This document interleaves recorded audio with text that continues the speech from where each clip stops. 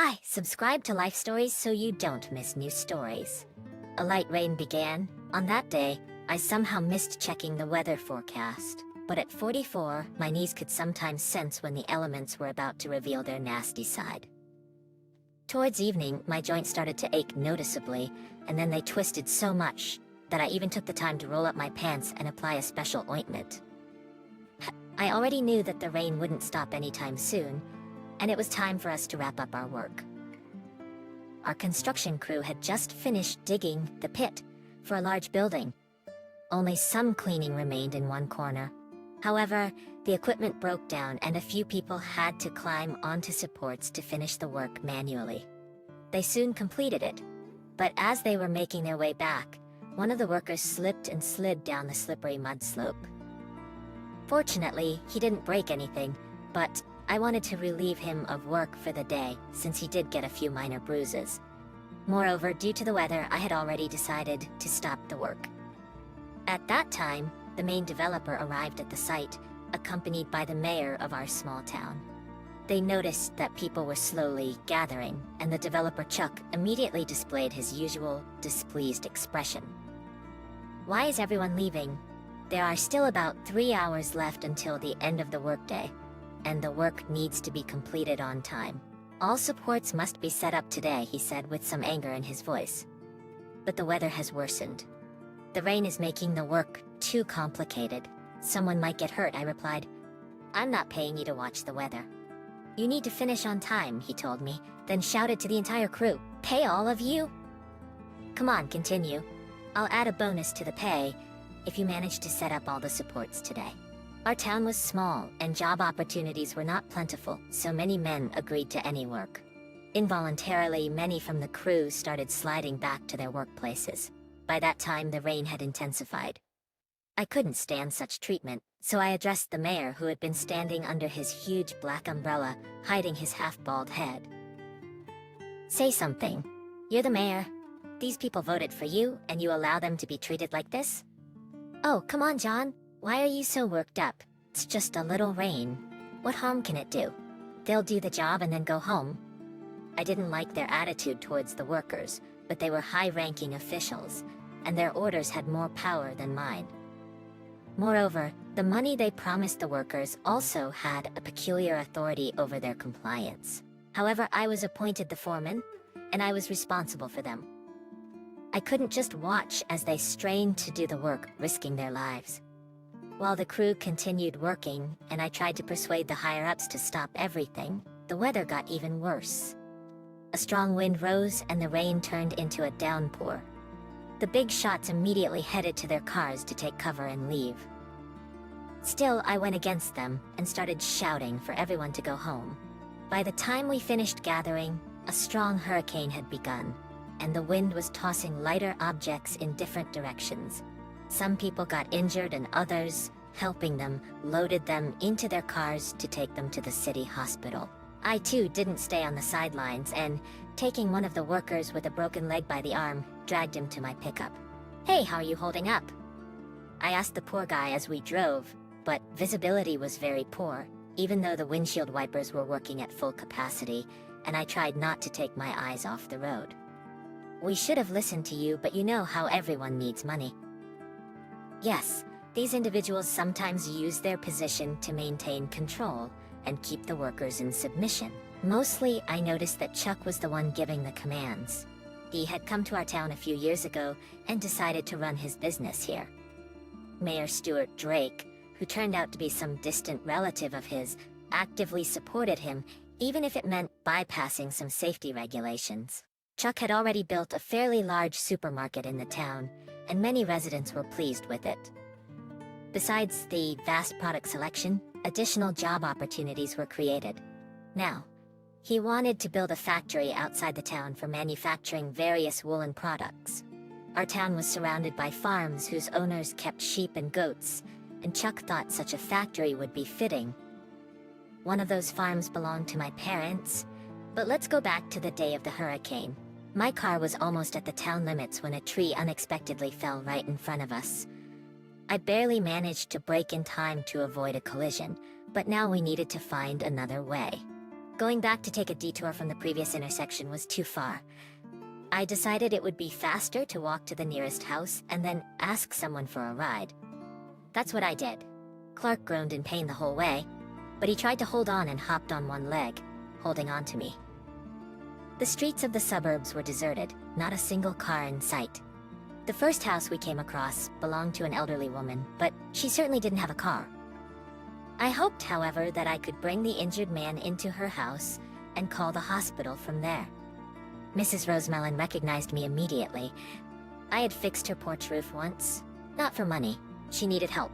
And I had free time, so I couldn't refuse to assist the elderly lady. She promptly offered us her couch and hurried to the kitchen to make us some hot tea. Meanwhile, I called the hospital, but they informed me that all their vehicles were currently occupied, and transportation was problematic due to the weather. So, I dialed my friend's number, hoping he wasn't busy and could help, especially since he lived not far from Mrs. Rosemelon's house. "How are you, John?" she asked me, placing the tray with cups on the table when I finished the phone call. Same old, same old. Lucy is still waiting for when we'll have grandchildren. Mrs. Rosemelon, my friend needs help. Do you have any sticks to immobilize his leg? He's been injured for quite some time. We need to make a splint. Take that chair over there. She pointed to an old chair near the fireplace. It's just sitting there doing nothing. And go look for bandages in the bathroom. I immediately broke a leg off the chair, choosing the most suitable one, and soon Clark's leg was bandaged. But I still couldn't stop worrying because Edward was delayed, and in the meantime I couldn't reach my wife at home. I even called her workplace, but they told me she had already left, and I worried about her getting home. Heard your wife is working at the mayor's office now. The old lady continued the conversation. Yes, you could say she got lucky, but her position isn't that high to boast about. She mostly deals with paperwork there. It's not a good place, John. I know you and Lucia now that she's there with those people. It's not good. Oh, Mrs. Rosemelon, you and your prophetic things again? What could happen there? Almost everyone there is like family. I have to meet with the mayor myself sometimes. You're right that he's not very pleasant, but what can he do to my wife? The old lady tried to persuade me to make Lucy quit her job, but as I saw the headlights approaching, I realized Edward was coming. Then he knocked on the door. I sincerely thanked the old lady for her help and shelter, and my friend, and I left to take the injured man to the hospital.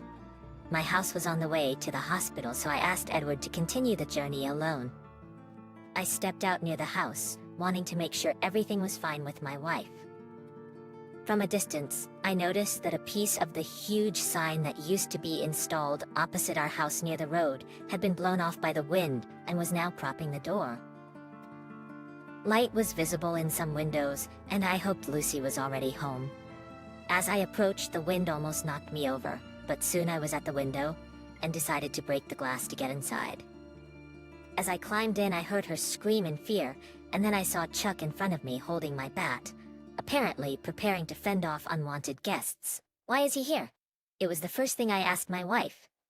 I came to talk, but as you can see, the door is jammed and I couldn't get out, Chuck replied arrogantly. I'm not asking you, I said boldly. But I'm the one talking, Chuck continued with a condescending tone. Don't forget to thank me. Many people have jobs, both for you and for this woman. I'm the one who helped her get a position where she works now. Hey you, how dare you talk about my wife like that? I noticed that Chuck had already had a good amount to drink. Lucy, why are you still not in the basement? And what about the phone? I couldn't get through. The wire must have broken. Phone doesn't work, and the battery on my cell phone is dead, replied my wife. At that moment, another window shattered, hit by a falling branch. I didn't want to deal with Chuck right now. My main concern was my wife's safety. I ordered that we should immediately go down to the basement and wait there until the storm passed. I didn't expect a thank you from Chuck, knowing his nasty character, but during a disaster, everyone had the right to help and a place in a shelter. While we waited for the storm to end, Lucy told me that as soon as it all started, all employees were sent home, but her car had some malfunction and it wouldn't start. At that moment, Chuck happened to be nearby and kindly offered to give her a ride. Once at home, he decided to wait for me to discuss some work details and generously helped himself to my bar in the living room. During the time I talked with my wife, Chuck found the shelf with our wine collection and had already finished a bottle. He wasn't strong with alcohol and quickly got drunk. He no longer cared that his expensive coat was now covered in dust and dirt, especially after stumbling several times and falling to the floor. I found his behavior amusing when he began examining the patterns of old plaster on the wall with interest.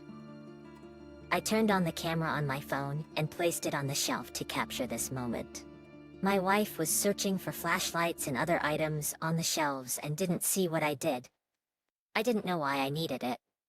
I just thought that the next day, or when he started giving absurd orders again, I could show him how businesslike he really was. Chuck didn't notice that he was being watched by the camera, and he continued his whimsical actions. I approached him and decided to tease him a bit, so that his occasionally incoherent speech would also be recorded. "Say, Chuck, you are indeed a great man. You've done so much good for the town and its residents." I approached him, pretending to brush dust off his shoulder. "Yes, I am," he turned to me. "I'm like a god around here. If it wasn't for me, you'd all still be living in the Stone Age. But I've given you jobs, given you opportunities, and lots of things." He turned to the shelf again and pulled out another bottle. "You don't mind, do you?" he asked me, showing me the bottle of wine. "No, help yourself. You need it more right now." He deftly popped the cork and sucked on the neck and began to sip the wine, not even trying to do it neatly, and some of it just flowed past his mouth and down his chin. When he had taken a few sips, he decided to continue his speech, in which he praised himself. But at the same time, his words were filled with contempt for the rest of the people, especially when he said that many of the people here were just untalented sheep, and without his intervention would have continued to struggle to provide for their families.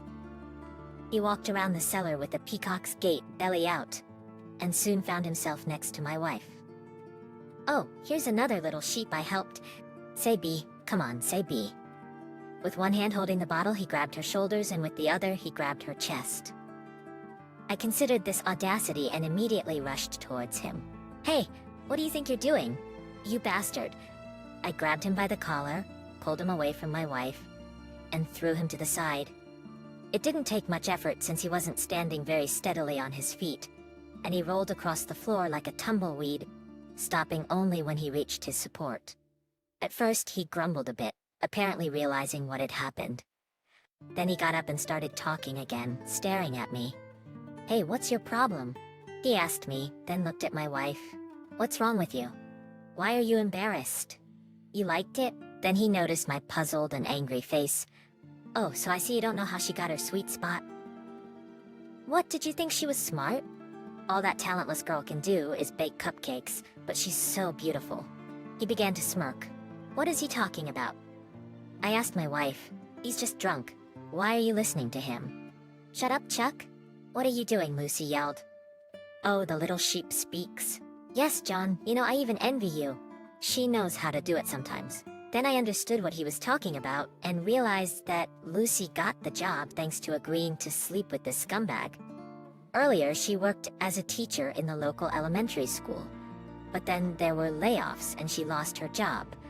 For a while, she stayed at home since she didn't have other qualifications or talents, to be honest. Initially, I was even surprised at how she managed to get a job in an office. Lucy told me that there wasn't much to do there, just sorting documents and occasionally filling out necessary forms. Now I understood that she had been deceiving me. And even when the truth came out, she continued to deny everything, which infuriated me even more. Overflowing with anger from what I had learned, I couldn't react calmly to the situation.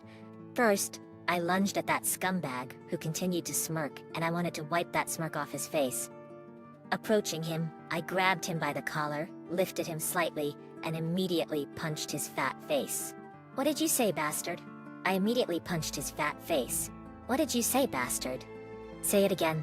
"Yes, your wife is just a whore." I hit him in the face again, and then several more times. His admission struck me in the heart, and I felt only pain, disappointment, and rage. I wanted to keep hitting him, not only for taking advantage of my wife, but for all the time he behaved like this with other people. Now at last I could unleash myself fully. I had wanted to punch him for a long time, and now there was an opportunity. When he hung limp in my grip, almost powerless, I pushed him to the floor and, standing up, I kicked him in the stomach with my foot. Then I turned to my wife, who stood there watching in horror. "So is it true? I mean, why would he lie? Did you really sleep with that piece of shit?" I approached her, grabbed her delicate throat, which I could crush in an instant. Lucy's cheeks were instantly wet with large tears, and she moaned in fear as best she could. What she feared at that moment, whether it was that I had discovered the whole truth about her, or for her life, I could only guess. Yes, I could strangle both her and him in that basement, blaming it all on an unfortunate accident toppling a beam onto them. At some point, I even felt like I wanted to do that, but I didn't. Even though it hurt terribly at that moment, I wasn't a crazed murderer. I looked at Lucy, and before me now stood a woman who was a stranger to me. A woman with whom I had lived for just over 20 years, whom I had loved all these years, and I had no idea she could do this to me. All for a lousy office chair. Overwhelmed by a surge of pain, I swung and gave her a strong slap, causing her to lose her balance and fall to the floor, hitting her back against the edge of a shelf. For a moment, I even thought that my blow had been too strong, and I might have killed her because she didn't move for a few moments. But then she turned her head and weakly groaned. I turned away and headed to the wine shelf. Taking one, I took a few sips myself. Perhaps at that moment, I thought alcohol would help numb my pain a bit, but it didn't happen. Chuck's words continued to echo in my ears in an endless loop, and everything around me seemed to spin. I started making my way to the exit.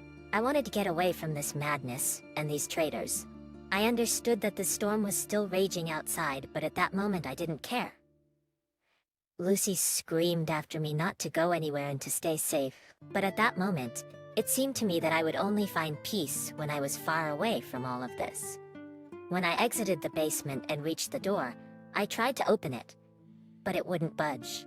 At that moment, I completely forgot that it was blocked from the outside, and I went to the window through which I had entered the house recently. I wanted to be in the rain. It was as if I hoped it could wash away all this pain and disappointment. But when I got outside, I realized that the storm had almost subsided, and in the distance you could even see the clouds thinning. Still, I didn't want to go back into the house. Then I remembered that I had recently helped a worker, and decided to go to the hospital to check on him and see how things were. Arriving at the hospital, I saw that there were quite a few injured people. I approached the nursing station and asked where I could find Clark Benjamin. Soon I was in his room, which had several beds. Besides him, I noticed that Edward was there too, with a bandaged leg. I was surprised, and after quickly greeting Clark, I went to my friend. "Why are you lying here?" I asked him. "Oh, just decided to take a break," he jokingly replied. Then he noticed my gloomy mood. "Why so grim? What happened with your wife?" "Just had an argument with Chuck," I replied, not wanting to admit that my wife had cheated on me for a job. "Yeah, that guy. I had a run-in with him recently. But for me, it's easier. I don't work for him. What happened to you?" Imagine this fat goat was hitting on my wife. You know what she looks like, quite a piece. So he even promised her some high position just for jumping into bed with him. And then, what else? She gave him a slap, and then she complained to me. I rushed to his office the same day, and I swear, he would be lying here now, but there were a few of his guys who stopped me, although I managed to hit him a couple of times. And then it dawned on me that my wife wasn't just a traitor. She didn't even attempt to resist that scumbag. Was she really that bad with me?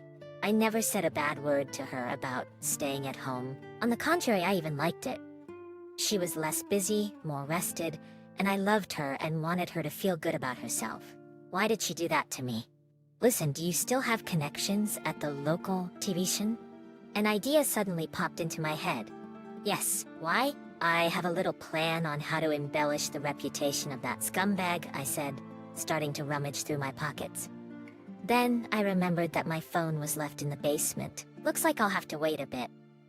I'll run an errand now and then we'll discuss it. Don't go anywhere. Sure thing. I was just planning to jog around, he smirked. I headed towards the exit, briefly stopping by Clark to inquire about his well-being. Then I went home. The journey took some time as I had to walk, although I took shortcuts in some places. Soon I arrived at the house. The thought that these two were still there, and I would have to see them again, was haunting me. But I needed my phone, so I headed to the basement. When I descended, I found no one there. I didn't bother wondering where everyone had gone, and just went to look for my gadget, hoping it was still in place and hadn't been discovered. The phone was there, but by the time I picked it up, the battery had completely drained. I had to fiddle with it a bit to get it charged and wait for some time. When everything was ready, I decided to double-check the recording just in case. I fast-forwarded through the time I was there and watching Chuck's movements. I even found it amusing at times. But then I noticed that the recording continued for some time, so I decided to watch until the end. When I left, Lucy began to regain consciousness, then she crawled up to Chuck. She tried to bring him to his senses, but he was still intoxicated, and there were also consequences from my blows. Then she took a bottle of water from the shelf and poured it on his face. Chuck began to come to his senses. She scolded him first for telling me about them, and then suggested talking to the mayor and possibly hiring more workers to finish construction faster. Chuck agreed, adding that after everything, I might sabotage and then the construction would stop, and everyone could lose a significant amount of money. I became curious about what they were talking about. Could there really be some kind of conspiracy behind this construction? But what could be so special about it?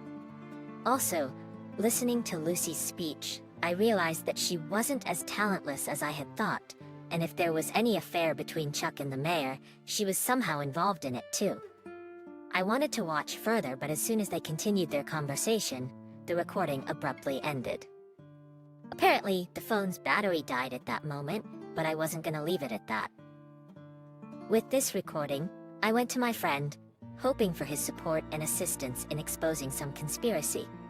At that moment, I even stopped thinking about my wife cheating on me, only remembering it when I noticed a billboard, miraculously not torn by the wind, where a happy couple stood in front of their new house, holding a little child. This silly advertisement made me remember the pain my wife had caused me. Returning to the hospital, I immediately went to Edward, but I didn't want to talk to him in the ward, so no one overheard our conversation. He agreed to hobble with me to the courtyard, where he planned to have a smoke as well. I showed him the video and asked him to pay special attention to the end of the recording where Chuck talks to my wife. "You're quite something," Edward said when he finished watching up to the point where I dealt with Chuck. And then he watched until the end, even re-watching the conclusion. His face became thoughtful, as if he had just formulated some ideas of his own. I was eager to know his opinion and whether anything could be done about it. "It's obvious that something is wrong with the construction," I said. But I was there practically all the time, and I didn't notice anything strange. The only thing I can say is that Chuck was constantly pushing us. And when I asked him where he got this or that material, he brushed it off and claimed everything was fine. My friend, you've given me a puzzle," Edward said. "But you're right. There's definitely some manipulation going on here." He turned to me. "Can I take this recording? I have a friend, and his brother works for the FBI. I think I can get this matter into the right hands." "Isn't the police enough?" I asked, surprised. "The police? Are you serious? If the mayor himself is involved, do you think the police can do anything to him? I bet they're all under his thumb, underneath it, and under Chuck." I agreed with my friend and sent a copy of the recording to his phone.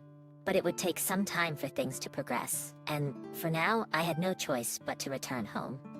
Putting in some effort, I moved the stand that was blocking the door, as it needed to be removed anyway. When I entered, I noticed that Lucy was not there. Lucy was already at home. She sat with a sad face, and when she saw me, she rushed to me in tears, begging me to forgive her for the terrible mistake she had made, and that she now deeply regretted it. "Leif-Ol, couldn't you at least have the intelligence to tell me about it as soon as he suggested it to you? You weren't happy sitting at home?" But you worked so hard for this job, so we could afford everything. I hardly saw you lately. I just wanted an additional income for our family, and they pay well there. Fool, I slapped her again, but not as hard this time, just so she could realize how deeply she had hurt me. You're like a brainless chicken running after a shiny piece. I tried for you, did everything, to make you happy, to make sure you lacked nothing. John.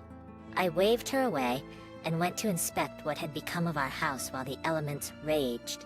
Fortunately, the house itself didn't suffer much, just a few broken windows, and I started boarding them up to prevent any animals or thugs from getting in at night.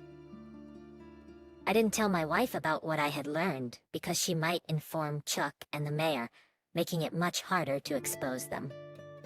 I had to wait a couple of days for any news from Edward. I even called him a few times and visited him at the hospital. He said that they were already dealing with it, and that Chuck wasn't as simple as he seemed. The only thing that bothered me was that all the investigators would see how brutally I beat Chuck. However, Edward assured me that I likely wouldn't face any consequences. Probably the opposite. I continued to go to work as well. The maintenance service made sure to clear the roads, and I could sit behind the wheel of my car again. But now I deliberately delayed the construction, creating various malfunctions. I also kept an eye on all the workers, especially when Chuck visited the construction site. Surprisingly, during all this time, he never mentioned what happened in my basement, only tried to talk to me as briefly as possible, and avoided any other topics. I assumed he would fire me after all, but for some reason, he didn't. Perhaps he was afraid I would expose his affair with my wife, but I didn't want to find out and simply waited for the moment when Edward would give me some good news. As for my wife, I tried to communicate with her as little as possible. I wanted to kick her out of the house so that she would fend for herself. But where could she go? She had no one here. Her parents had long passed away, and she had no brothers or sisters.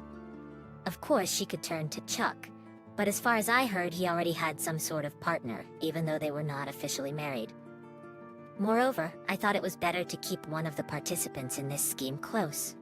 She continued to go to work as well, even though I thought she would leave after everything that happened. But apparently she really worked there for a reason. And finally, the long-awaited moment arrived when Edward called me. It was in the evening, after I had returned from work, and he asked me to turn on the news. On the news, I followed his advice and quickly found myself in front of the television. The news anchor was reporting that a certain Chuck Valentine had been arrested for construction fraud.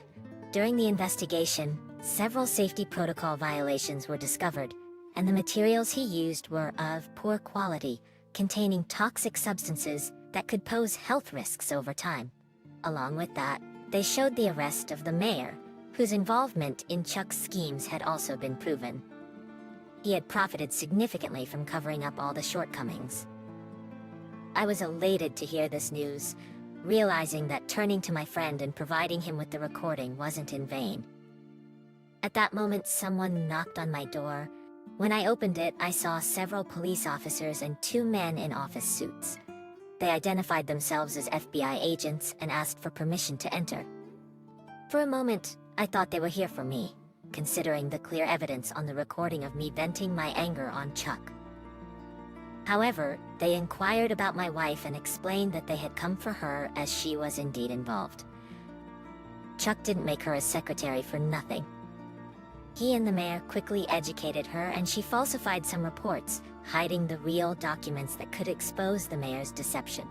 In return, she was promised a decent reward.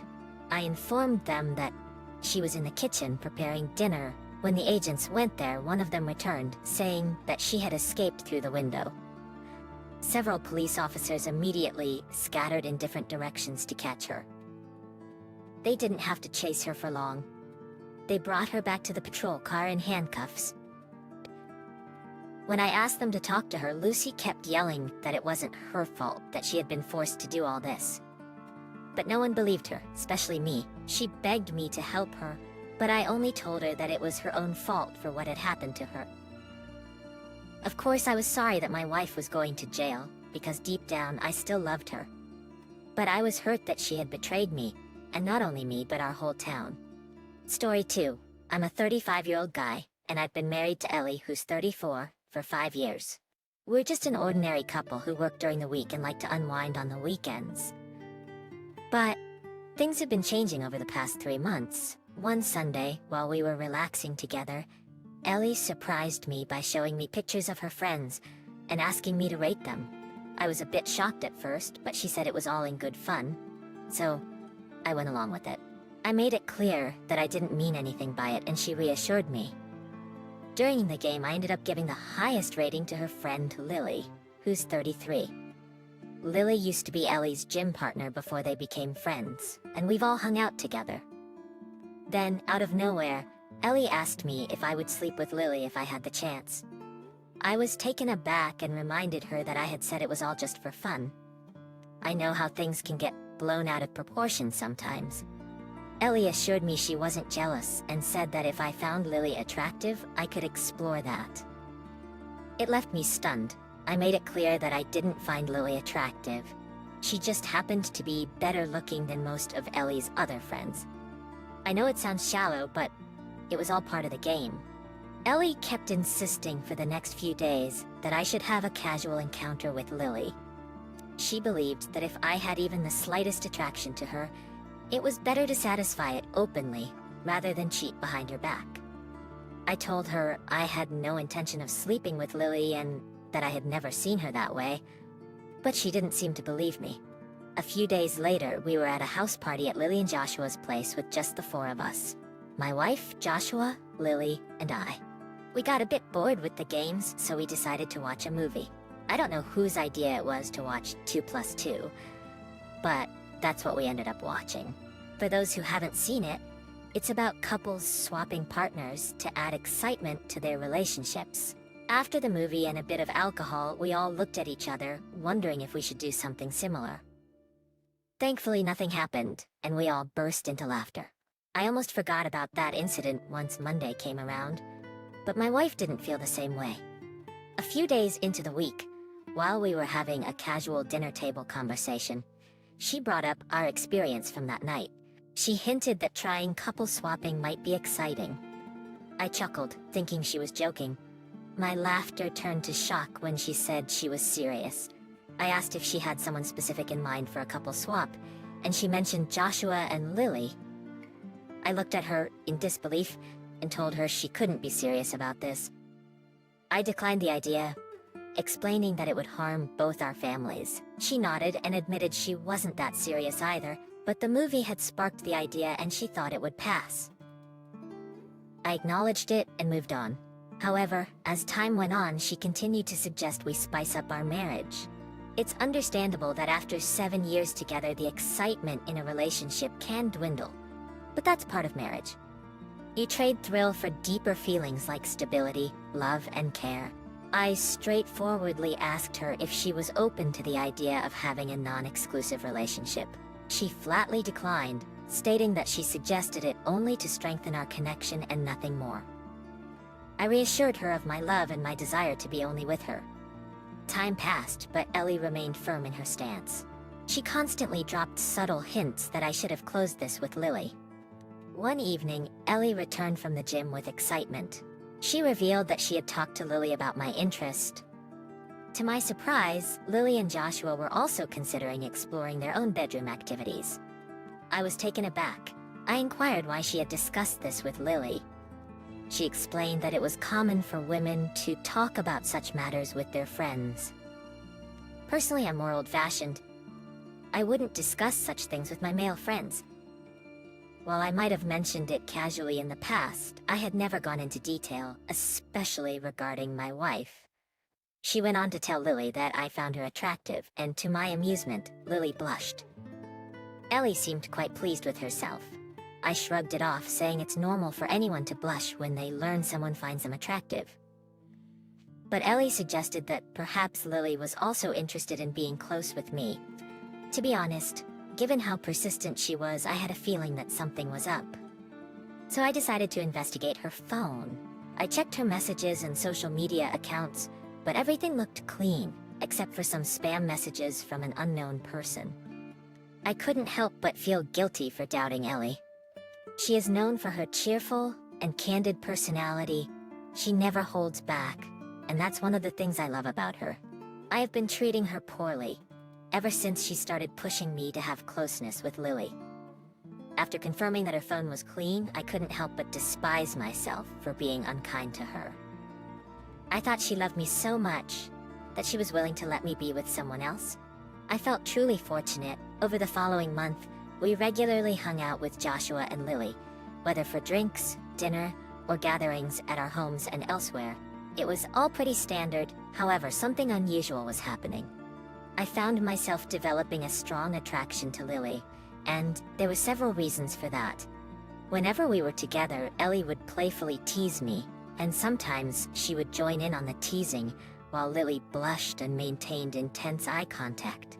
Honestly, who wouldn't feel a bit fluttery in such a situation? But every time this topic came up, I made it crystal clear that I had no intention getting involved with Lily. I am writing this because I find myself in a challenging situation. We have a long weekend coming up next week due to a Friday bank holiday. My wife and Lily had already made plans for all of us to have a short getaway at a beach resort. We've taken similar trips with Joshua and Lily before, but this time feels different. My wife Ellie is insisting that I have closeness with Lily during this vacation. I firmly declined, but she argues that we can always back off if things become uncomfortable. I asked Ellie what would happen if she feels hurt or possessive about it, and she responded that we won't truly understand ourselves until we give it a try. I am feeling conflicted. I'd be dishonest if I said I wasn't intrigued, but I am equally anxious. I am worried that this could harm our marriage, but my wife believes it will strengthen our bond. She claims it's more common than I realize, even though people rarely discuss it openly. I am unsure about how this whole thing works, so I am seeking advice from individuals who have ventured into this territory in their experiences. Is it truly a good idea to involve a third person to spice up our relationship? Folks, guess what? You are absolutely right.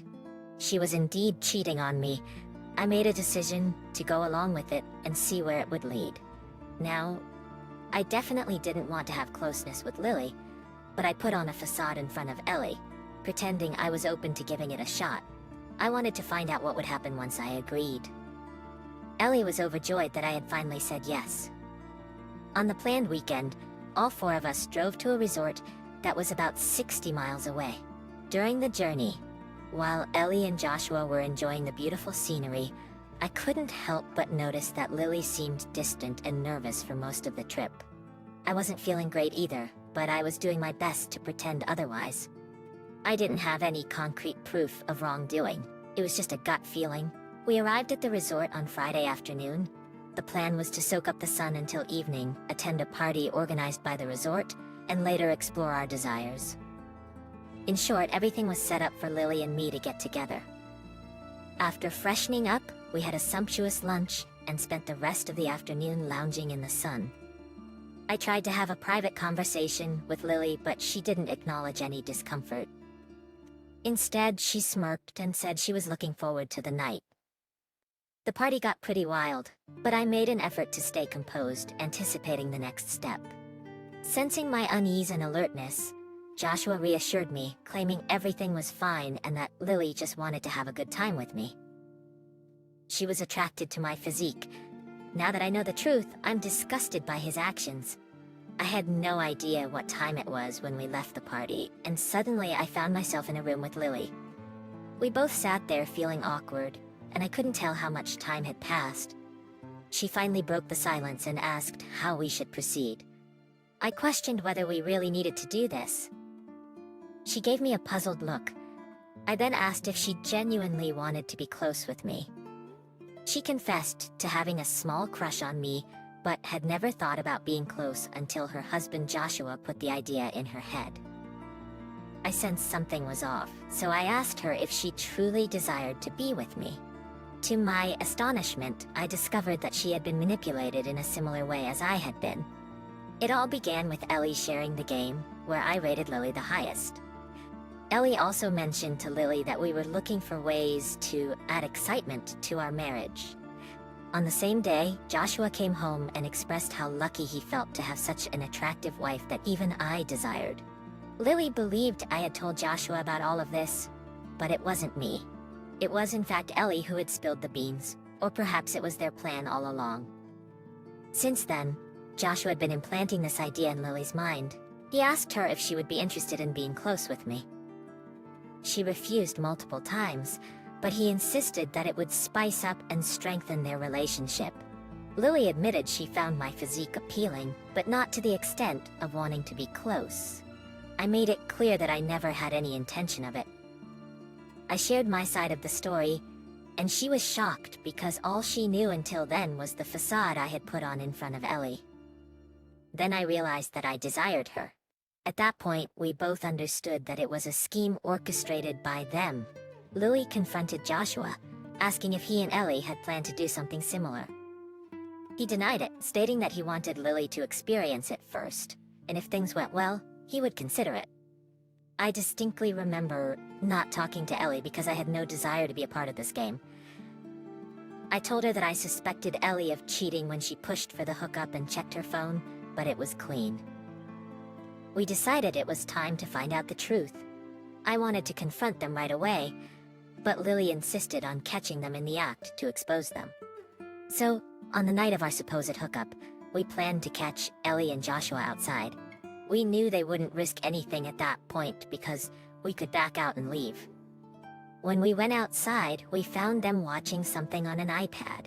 They were sitting close. We told them we changed our minds and didn't want to go through with it. They looked disappointed and asked why. I explained it didn't feel right, and they couldn't come up with much to say. I also said I had a sudden client meeting the next day, so we had to leave early. I suggested Ellie continue the vacation with Lily and Joshua, but none of them wanted to stay longer. We drove home the next morning. The four of us remained mostly silent on the way back home. Once we arrived, I changed and then left the house. I decided to drive to a coffee shop a bit farther away. About an hour after I left, Lily called to inform me that Joshua had also left the house, citing some urgent work. We both knew what that urgent work entailed. Lily mentioned that she had asked another friend to tail Joshua and would keep me posted on their whereabouts. As expected, they were found at my house before I left. I had told Lily I would return home late in the evening, and they couldn't let this opportunity slip by. I hurriedly drove back to pick up Lily, my anger mounting as I headed home with the intention of catching them in the act. I used my key to unlock the apartment, and there they were, lying naked. Lily quickly took photos of them while they struggled to cover themselves up. Without hesitation, I stormed into the room, tossed Ellie's belongings outside the apartment, and demanded that she leave immediately. They both pleaded with us to hear them out. Joshua kept insisting that they were merely experimenting, similar to what we had done the previous night. I grabbed Joshua by the collar and confronted him, demanding to know when he started sleeping with my wife. Ellie tried to intervene, but I pushed her away. He claimed it was their first time exploring this type of relationship. My anger intensified, and I tightened my grip on him, grinding my teeth as I pressed for a confession. I fixed Ellie with a furious gaze and told her I didn't mind going to jail for dealing with this parasite. I made it clear that either one of them confessed the truth, or I would deal with Joshua myself. Ellie, sobbing, eventually agreed and pleaded with me to stop. They finally confessed that they had been having an affair for over a year, although they had been spotted together by a couple of my friends and one of Lily's. Luckily for them, none had informed us. However, Joshua and Ellie lived in fear of being exposed eventually, so they devised a plan to involve us in a couple swap and legitimize their cheating. I asked her how come her phone was clean when I checked it. She sobbed and admitted that they used to communicate only through emails, which she would only sign into when required.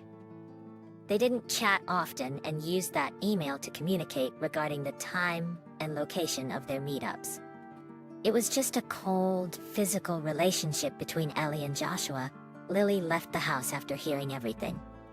Joshua followed her. I asked Ellie to leave the house immediately. She tried to hug me, sobbing and pleading with me. I made it clear that reconciliation was not an option.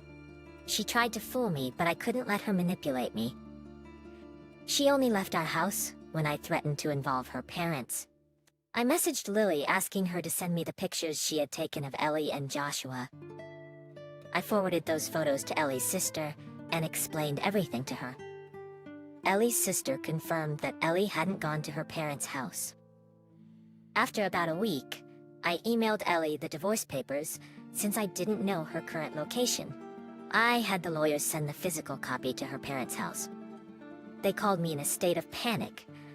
I included Ellie's sister on the call and asked her to share all the details. Following the email with the divorce papers, Ellie began sending me pleas. She had previously sent messages seeking reconciliation, but the frequency of her messages increased after receiving the email. Meanwhile, Lily decided to involve her parents in the situation. Lily's parents were shocked and disappointed to learn about the whole affair. So, they apologized to me and assured me that they would counsel Lily. I decided to cut off all communication with Ellie and focused on moving forward. The divorce process was challenging, but eventually it was finalized and I started rebuilding my life. I am grateful for the support of friends, especially Lily, who stood by me during this difficult time. I've learned valuable lessons about trust, communication, and the importance of setting boundaries in a relationship. Joshua was a businessman, and he managed one of his father's business units. So when the truth came out, Joshua lost his job, and Lily's father used his connections to hinder Joshua's prospects in his field. It's been a month since everything came to light. My divorce proceedings are ongoing, with Ellie contesting it and demanding a share of my house. I am deeply hurt by the betrayal and the way they attempted to drag us into their deceitful game. I will provide updates if there are any further developments, but if not, consider this the final update. I know some of you might have expected Lily and me to get together, but that didn't happen. As I mentioned earlier, neither Lily nor I wanted that hookup. We were both manipulated into it, but thankfully we managed to escape at the last moment.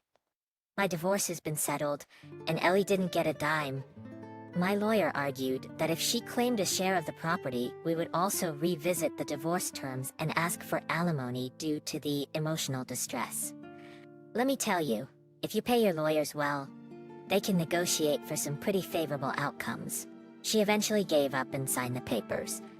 I can't recall if I mentioned this before, but Joshua was working at his father-in-law's company, and with these revelations, he was shown the door.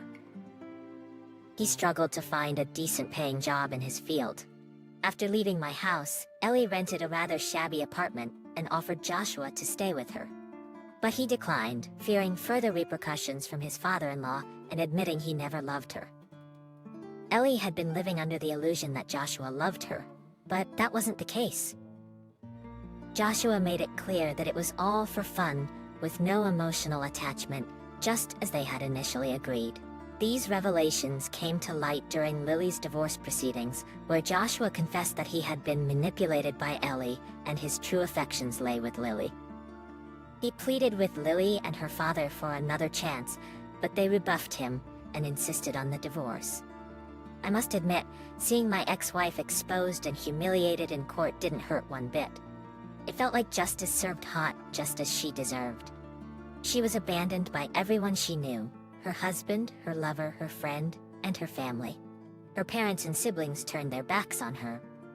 I'm not sure about her current job status, but news like this tends to spread like wildfire. I briefly considered sharing those incriminating photos with some of her colleagues, but I decided against it. As for her current situation, I can't say for sure, but I doubt she can maintain her previous lifestyle on her current income. She risked our stable relationship for a fleeting thrill, and ended up getting what she deserved. I've started counseling to help me cope. I was grappling with disturbing thoughts about the night Ellie had planned for my hookup. Therapy is slowly helping me move forward, but I think it will take some more time to completely rid myself of her memory. My friends suggest I should start meeting other women, but I don't think I'm quite ready to dive into the dating scene just yet.